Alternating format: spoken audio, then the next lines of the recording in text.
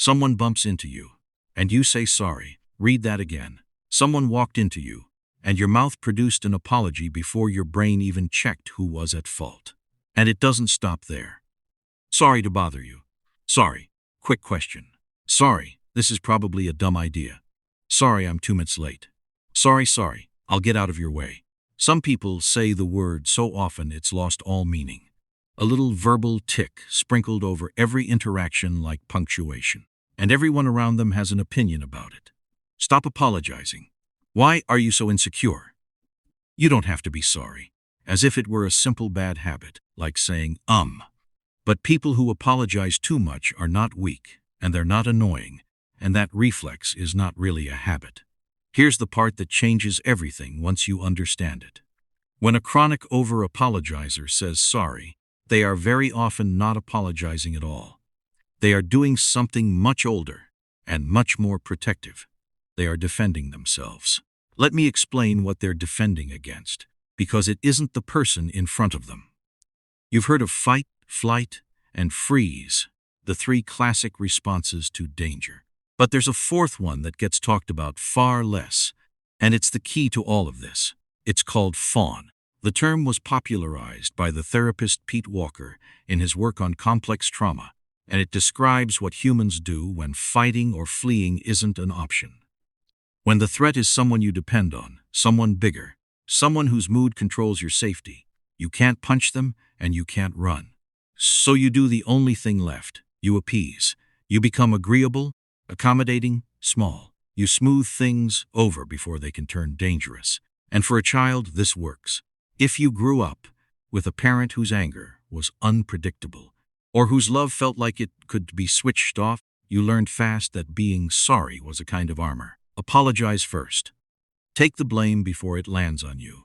Make yourself the least threatening thing in the room. Children who survive volatile homes become fluent in shrinking, and sorry is the first word in that language. The problem is that the danger ends, but the reflex doesn't.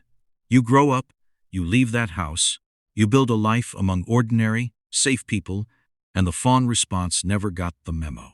So your nervous system keeps running the old program against threats that aren't there anymore. A coworker frowns at their screen, and you feel a flash of having done something wrong. A friend takes an hour to text back, and a small voice asks what you said. Someone bumps into you, and the apology is out of your mouth before you've registered it wasn't your fault. You're not really sorry. You're scanning for a threat your childhood taught you to expect, and saying sorry is how you used to make it go away. But here's where it gets genuinely interesting, because researchers have actually measured part of this.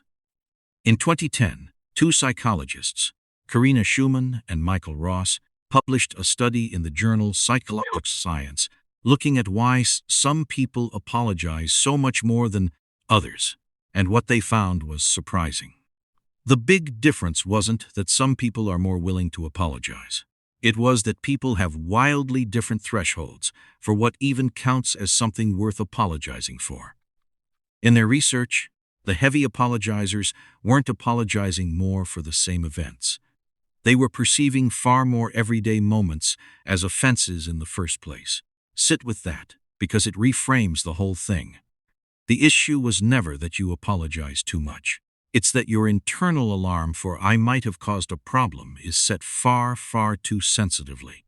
Where most people register nothing, you register a small crime. You're not over-apologizing. You're over-detecting. Your threat radar is simply tuned to catch threats that, to almost everyone else, do not exist. So why doesn't it just fade on its own?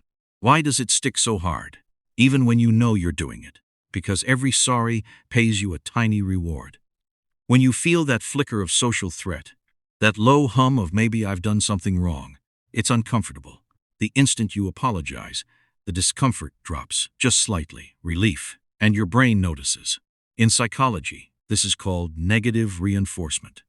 When a behavior gets strengthened because it removes something unpleasant, the apology doesn't fix anything in the real world. It soothes your own anxiety for a moment. And because relief feels good, your brain files sorry away as the thing that makes the bad feeling stop and reaches for it again and again. It's not logic. It's a loop maintained by the small comfort it gives you. None of this is free, and it's worth being honest about the cost. When you apologize for everything, the word wears thin, so your genuine apologies land with less weight. Over-apologizing can quietly signal to others that you see yourself as lesser, and people sometimes treat you accordingly. And worst of all, every needless sorry whispers the same thing to your own brain. I am a problem.